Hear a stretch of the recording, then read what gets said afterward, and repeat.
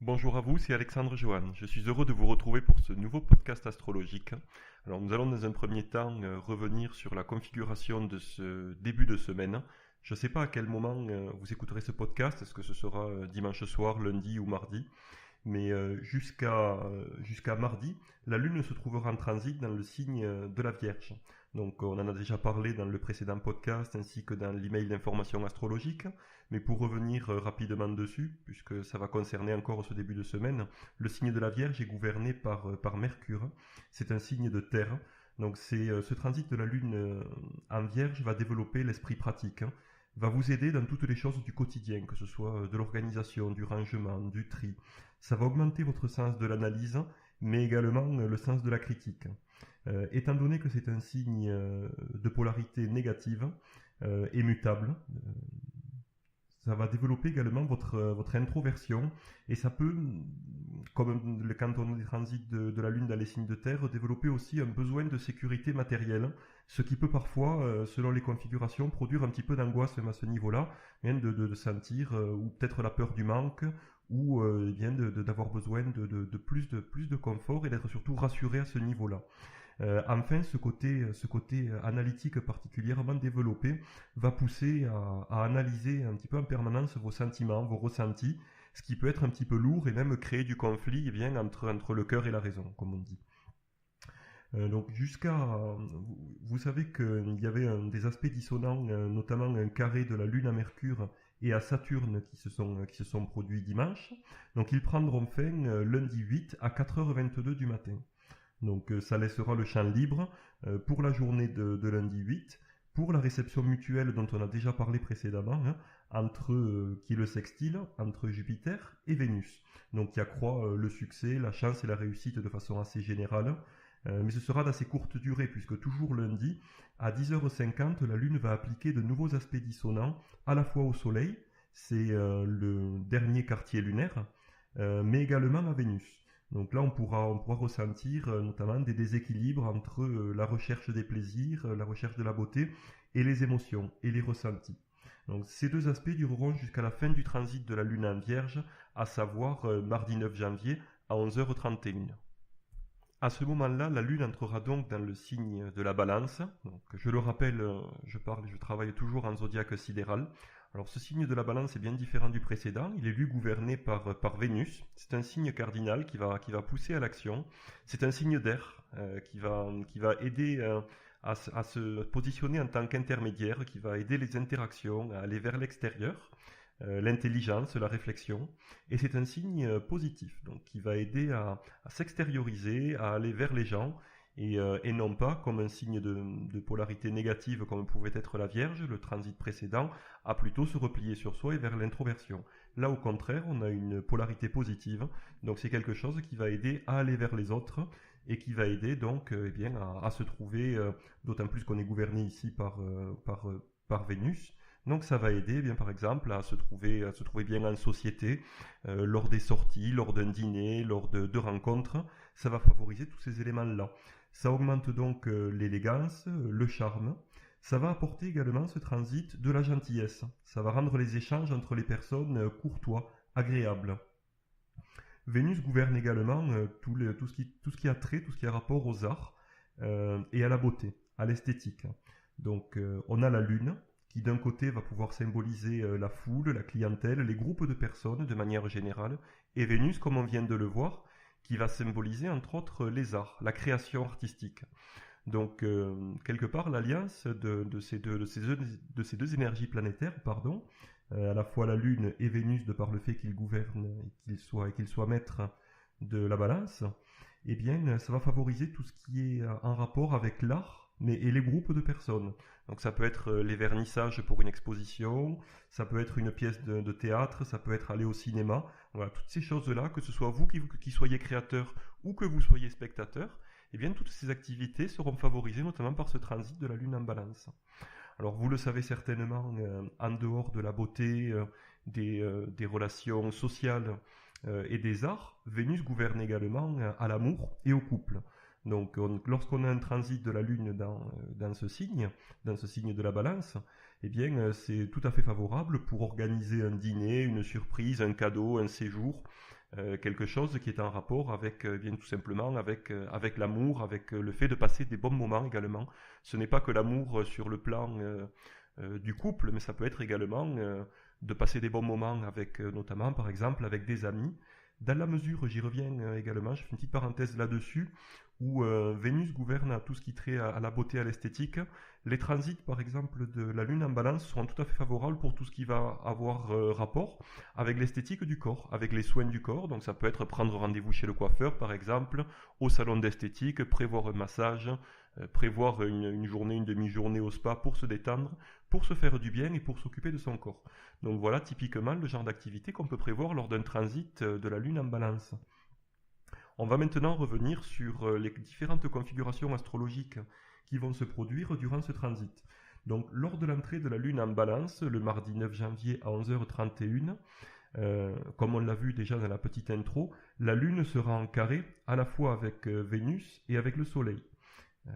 On aura également un sextile de la Lune à Mercure, mais étant donné que lorsqu'on parle d'astrologie élective, on fait en sorte de bien configurer la Lune, de la fortifier. On a là clairement deux aspects dissonants, donc on évitera d'entreprendre des choses importantes, des choses qui doivent durer, lorsque ces aspects sont présents dans le ciel.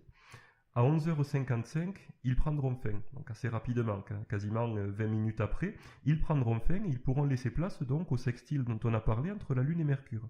Donc ça va favoriser par exemple les échanges, la communication et la réflexion.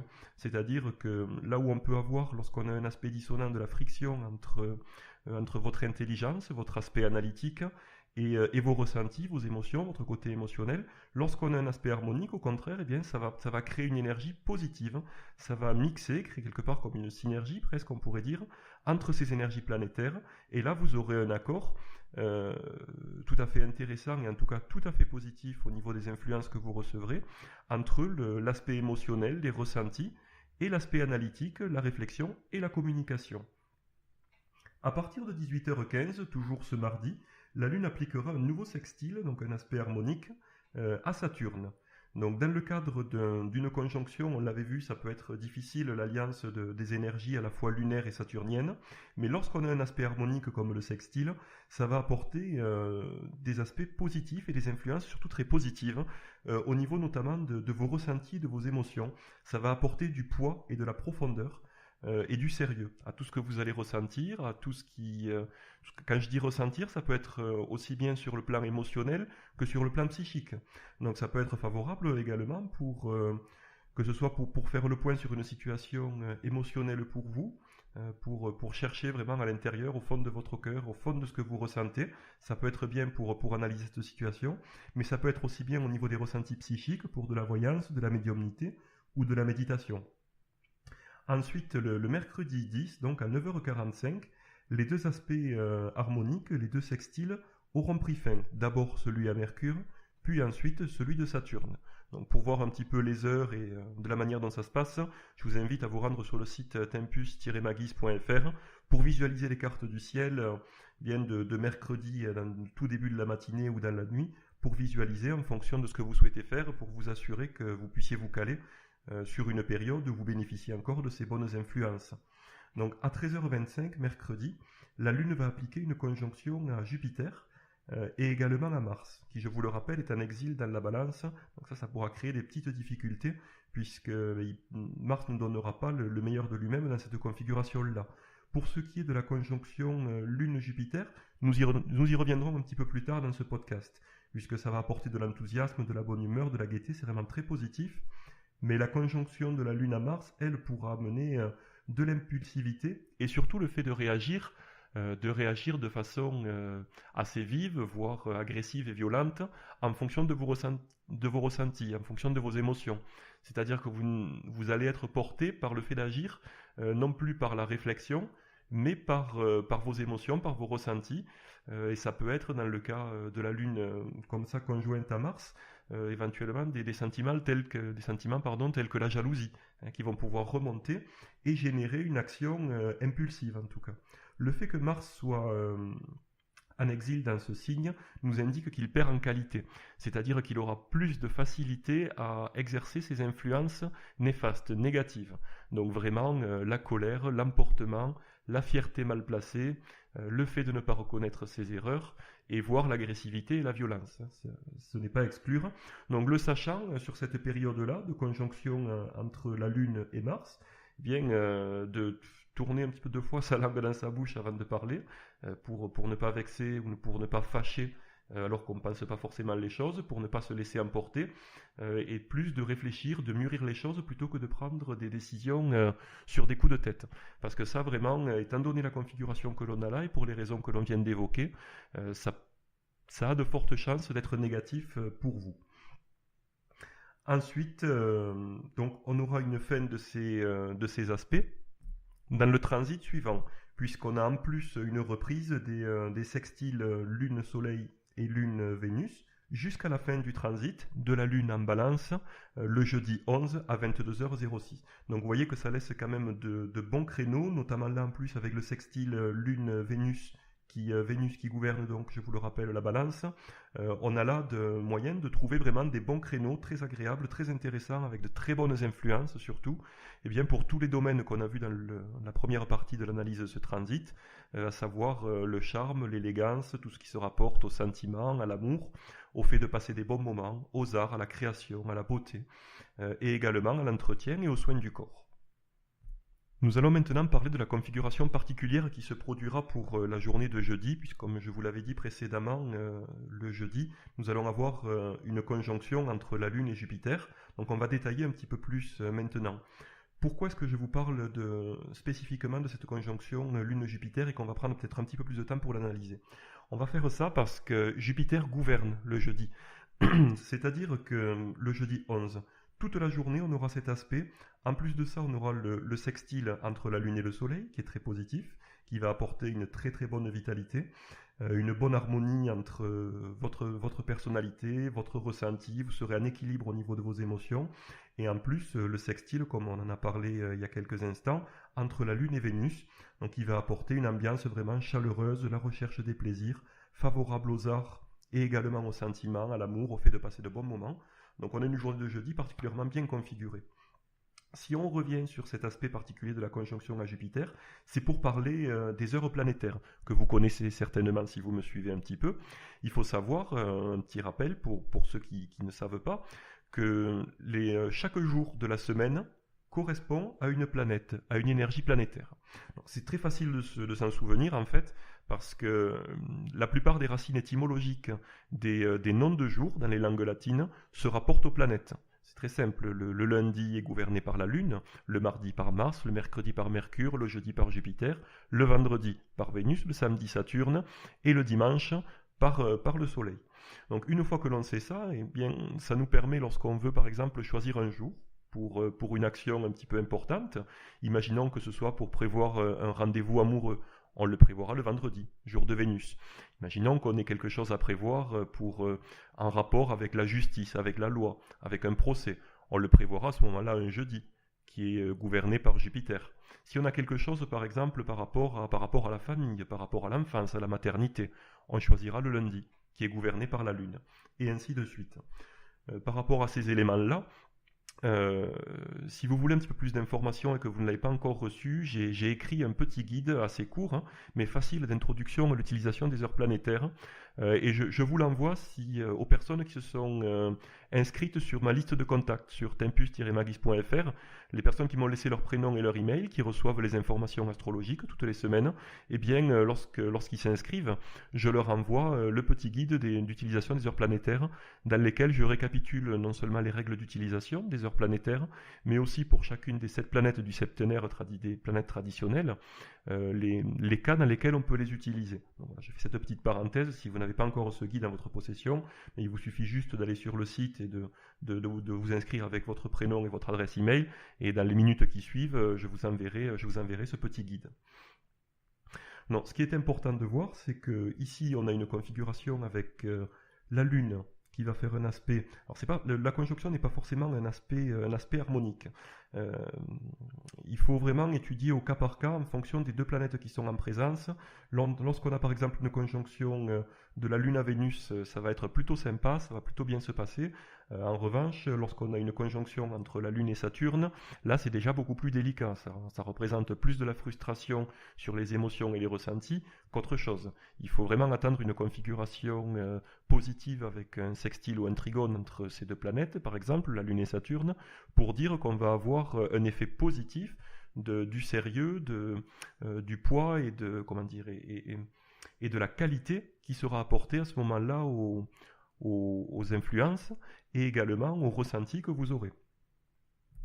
Un petit élément également important à savoir sur les heures planétaires, puisque lorsque vous avez choisi le jour en fonction de la planète, eh bien il vous faut maintenant choisir l'heure. Donc toujours pareil sur tempus-magis.fr, vous pouvez facilement entrer le lieu où vous vous trouvez, puisque les heures planétaires varient en fonction du lieu où vous vous trouvez, et vraiment ça varie d'une ville à l'autre, même dans un pays.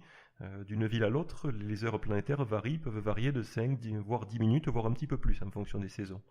Donc vous pouvez afficher pour le jour et le lieu de votre choix les heures planétaires. Donc ce qui va être intéressant, pour reprendre notre exemple, c'est que pour un rendez-vous par exemple, un rendez-vous amoureux, vous allez choisir le vendredi, gouverné par Vénus. Et pour renforcer encore cela, eh bien, vous allez agir à l'heure de Vénus. Donc vous allez afficher le tableau et vous allez voir quelles heures de votre montre vont correspondre aux heures de Vénus. À savoir si vous êtes dans l'incapacité, si vous n'avez pas Internet sous la main, on ne sait jamais ce qui se passe. Il faut savoir que la première heure planétaire du jour est sous l'influence de la planète du jour. C'est-à-dire que la première heure planétaire du vendredi sera sous l'influence de Vénus. La première heure planétaire du jeudi sera sous l'influence de Jupiter. Donc, ces heures ne durent pas 60 minutes. Donc vous ne pouvez pas vous dire du lever du soleil jusqu'à 1 heure après, on est sous ces influences-là. Donc ce que je vous recommande, si vous voulez agir sous les influences des heures planétaires, mais que vous n'avez pas la possibilité de les calculer, eh bien c'est d'agir au moment du lever du soleil. J'en profite pour faire une petite parenthèse là-dessus, c'est pour ça que pour ceux qui pratiquent un petit peu la magie ou qui travaillent en ésotérisme, qui font ce genre de travaux, on recommande souvent d'agir à la première heure du jour, à la première heure du jeudi et à la première heure du vendredi. Pourquoi ? Parce qu'en disant cela, on s'assure d'agir au moment qui est régi par les influences planétaires du jour, voilà, sans faire de calcul compliqué. Une autre règle importante en astrologie élective, qui est la branche de l'astrologie dont fait partie les heures planétaires, c'est de bien configurer la Lune. C'est-à-dire d'avoir une Lune qui ne fasse pas d'aspect dissonant, encore moins avec les maléfiques, à savoir Saturne et Mars, mais qui ne fasse pas d'aspect dissonant de façon générale. On peut encore plus renforcer ces influences à cette Lune en choisissant un moment où l'on va avoir un aspect harmonique avec les bénéfiques, donc Jupiter, ou Vénus, ou également avec la planète qui régit votre choix. Reprenons l'exemple d'un rendez-vous amoureux, un vendredi gouverné par Vénus. Si par exemple vous choisissez l'heure planétaire de Vénus un vendredi et que la Lune fait un trigone ou un sextile à Vénus, ben là je dirais presque c'est carton plein. C'est-à-dire que vous maximisez les chances de réussite pour votre projet, mais qui en l'occurrence c'est que la soirée se passe plutôt bien. Mais là en l'occurrence on parle de la conjonction de la Lune à Jupiter pour jeudi. Donc imaginons que vous ayez par exemple Jupiter gouverne entre autres ce qui a rapport au voyage et à l'étranger. Imaginez par exemple que vous souhaitiez réserver des billets d'avion. Bien à ce moment-là, ou par exemple partir en voyage. Bien à ce moment-là, vous pouvez choisir le jeudi à l'heure de Jupiter et vous avez en plus ici une conjonction qui est favorable entre la Lune et Jupiter, donc ça correspond un petit peu au carton plein dont on parlait tout à l'heure, même s'il faut se méfier de la conjonction parce qu'elle n'est pas systématiquement positive. La conjonction n'est pas un aspect harmonique. C'est un aspect plus neutre et qui est à étudier vraiment au cas par cas en fonction des planètes en présence, et de leurs amitiés, voire de leurs inimitiés. Comme on l'a vu tout à l'heure, les exemples, une conjonction, je vous le rappelle, Lune-Saturne, ne sera pas forcément favorable. Là où une conjonction de la Lune à Jupiter, elle, va apporter... va associer, si vous voulez, votre imagination, vos émotions, à la croissance, à l'expansion représentée par Jupiter. C'est-à-dire que cela va accroître également votre potentiel de chance. Mais il faut... Alors, lorsqu'on a un aspect harmonique, et notamment de la Lune à Jupiter, on a effectivement une configuration de chance, de grande chance. Mais du coup, le risque, c'est d'attendre un petit peu que ça tombe du ciel, de se reposer sur ses lauriers. Et par exemple, dans le cas d'un thème de naissance, quand on a des belles configurations avec Jupiter, et notamment celle-là, cette conjonction à la Lune. On peut avoir quelqu'un, du coup là on parle du caractère, qui va être quelqu'un qui va être un petit peu né sous une bonne étoile ou qui aura l'habitude que ça tombe du ciel, mais du coup qui n'aura pas forcément une vie bien remplie, puisque tellement de choix, tellement d'opportunités, il ne saura que choisir. Et là, en l'occurrence, sur de l'astrologie élective, c'est la même chose. Vous aurez pas mal de possibilités, ce sera une période de chance, vraiment, mais il ne faudra pas attendre que la chance fasse tout. C'est-à-dire qu'à un moment donné, il faudra que vous analysiez, que vous preniez les devants, que vous agissiez, et c'est vos actions, vos agissements, vos décisions qui seront favorisées. Mais les choses ne viendront pas seules. C'est vrai qu'il faut faire attention parce qu'on se retrouve parfois avec de très belles configurations, on se dit il n'y a rien qui s'est passé. Oui, il n'y a rien qui s'est passé parce qu'on n'a rien initié. Donc ça vraiment, je voulais revenir là-dessus. Et enfin, puisqu'on l'a dit tout à l'heure, Jupiter gouverne les voyages et l'étranger, ce sera donc une configuration, cette conjonction Lune-Jupiter, particulièrement favorable aux voyages, mais également tout ce qui a un rapport avec l'étranger. Également favorable aux idéaux, aux grandes valeurs, aux affaires, et à l'accroissement de la clientèle, puisque je vous le rappelle, la Lune peut représenter les groupes de personnes, les foules, mais également la clientèle. Donc Jupiter ayant un rôle d'augmentation, d'accroissement, eh bien cette conjonction va pouvoir être favorable à toutes vos actions qui vont viser l'augmentation, l'accroissement de votre clientèle, de votre auditoire, de toutes les personnes qui peuvent vous suivre. Nous allons maintenant terminer ce podcast astrologique par le dernier transit de la semaine. Ce sera la Lune dans le signe du Scorpion. Alors, qui va débuter donc le jeudi 11 janvier à 22h06 et qui prendra fin le dimanche 14 à 10h32. Donc on a typiquement un transit qui est particulièrement redouté et pour cause. Dans le signe du Scorpion, qui est donc gouverné par Mars, on a Vénus et la Lune qui sont en débilité. Donc à la fois la planète de la douceur, des plaisirs, et la planète des intuitions, des émotions, du ressenti, qui vont être en débilité. C'est un signe d'eau, de polarité négative, et c'est un signe de mode fixe. Donc, on comprend, en ayant la Lune en débilité, mais en étant dans un signe d'eau, qui paradoxalement favorise le ressenti, l'intuition, les émotions, on est dans quelque chose, et en plus avec la polarité négative, on est à la fois dans l'intériorisation de tout ce qui peut être émotif, mais avec un signe gouverné par Mars, donc avec des capacités et des influences plutôt explosives.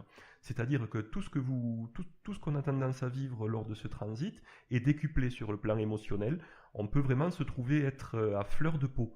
D'autant plus que la Lune en chute ne va vraiment pas forcément apporter ses meilleures qualités. Donc au niveau des émotions, ce ne sont pas forcément les meilleures émotions en plus qui vont ressortir. Allié à ça, qu'on est donc, comme on le voyait, un signe gouverné par Mars, ça peut vraiment être détonnant.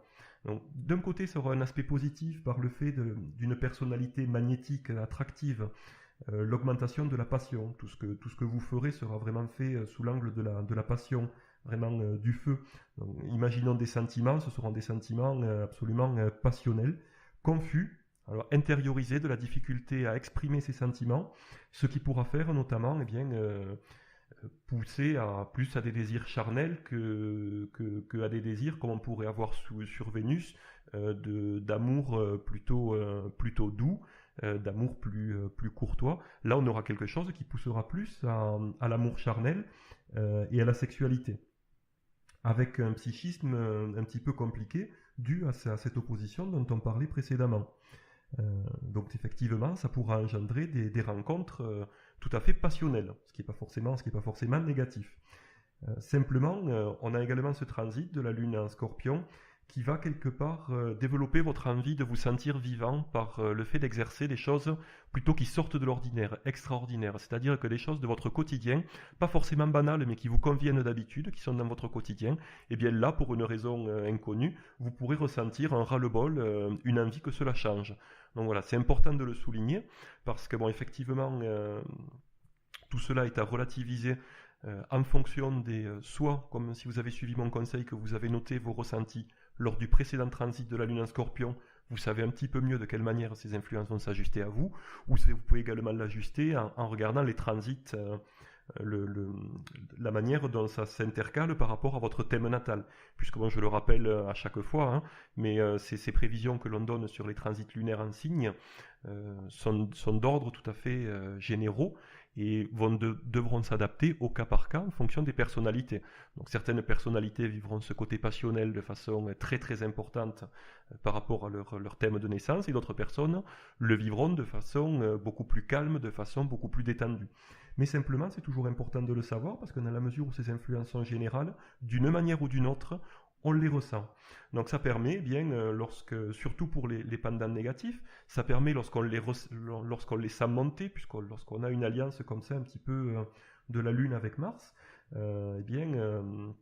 de pouvoir avoir des sentiments comme de la colère liée à de la jalousie, à de l'envie, à toutes ces choses-là qui ne sont pas forcément positives. Bien, ça permet de les calmer un petit peu, de les garder pas forcément à l'intérieur, mais sous le coude, de manière à pouvoir les analyser un petit peu plus à la tête froide lors du prochain transit. Et de pas forcément partir au quart de tour et quelquefois dire des choses ou blesser alors qu'on ne le pense pas forcément, et que c'est plus les circonstances astrologiques et les influences astrologiques qui ont fait que ça s'est mal passé, plutôt que le réel ressenti que l'on peut avoir. C'était dû aux fluctuations émotionnelles dues à ce transit, un petit peu explosif et délicat. D'autant plus que lorsque la Lune entrera dans le signe du Scorpion le jeudi 11 à 22h06, la Lune sera en plus conjointe à Mars. Donc, je vous le rappelle, qui est maître donc, du Scorpion. Donc il faudra vraiment faire attention, même s'il est maître, ça permettra quand même pour Mars d'exprimer ses meilleures qualités, on va dire. Ce n'est pas comme s'il était en débilité, mais il faudra quand même faire très très attention à cette tendance d'exprimer des sentiments un petit peu difficiles, comme on disait tout à l'heure, de la jalousie, des frustrations, tout ce genre de choses qui pourraient ressortir de façon explosive. Bon, d'autant plus qu'on a quand même des aspects positifs à côté de ça qui peuvent un petit peu tempérer, comme le sextile de la Lune au Soleil et à Vénus, mais qui prendront fin, eux, dans la nuit de jeudi. On aura toujours, pour un temps donné, la réception mutuelle Jupiter-Vénus, dont on a parlé précédemment et dans les podcasts précédents, qui pourra également un petit peu compenser, apporter un petit peu de douceur, un petit peu de gaieté, un petit peu de chance. Mais je vous laisse voir les cartes du ciel pour voir à quel moment cette réception mutuelle et cet aspect prendra fin. Le lendemain, le jeudi 12 à 10h35, on a la fin donc de la conjonction entre la Lune et Mars. Donc la Lune à ce moment-là ne fera plus d'aspect jusqu'au dimanche 14 à 6h04 du matin, où elle appliquera une conjonction à Saturne. Donc le sérieux, le sens des responsabilités, on en a déjà parlé, mais aussi l'introversion, le pessimisme et quelque part et la frustration. C'est typiquement un aspect qui peut faire ressortir de la frustration sentimentale et de la frustration émotionnelle. À 9h05 ce matin-là, la Lune appliquera également une conjonction à Mercure, alors qui, elle, va favoriser l'alliance de l'intellect, de la partie réfléchie, avec les sentiments, avec les émotions. Ça peut être parfois difficile à vivre, mais ça peut également être intéressant pour redescendre un petit peu par rapport à ce transit très, très intense sur le plan émotionnel, et rajouter une couche d'analyse là-dessus, et pour reprendre un petit peu le contrôle sur ce qui avait pu partir un petit peu à l'extrême à cause de ce transit de la Lune en Scorpion. Et donc cet aspect durera jusqu'à la fin du transit de la Lune en Scorpion, le dimanche 14 à 10h32. À ce moment-là, la Lune entrera dans le signe du Sagittaire, gouverné par Jupiter, mais nous aurons l'occasion d'y revenir sur le prochain podcast astrologique et également dans la lettre d'information astrologique que vous pouvez recevoir si vous êtes inscrit, si vous m'avez laissé votre prénom, comme je vous disais tout à l'heure, et votre adresse email sur le site tempus-magis.fr. Voilà, et bien écoutez, en fonction de l'heure où vous écoutez ce podcast, je vous souhaite soit une belle soirée, soit une bonne journée, et puis je vous dis à très bientôt pour un nouveau podcast astrologique. Bye.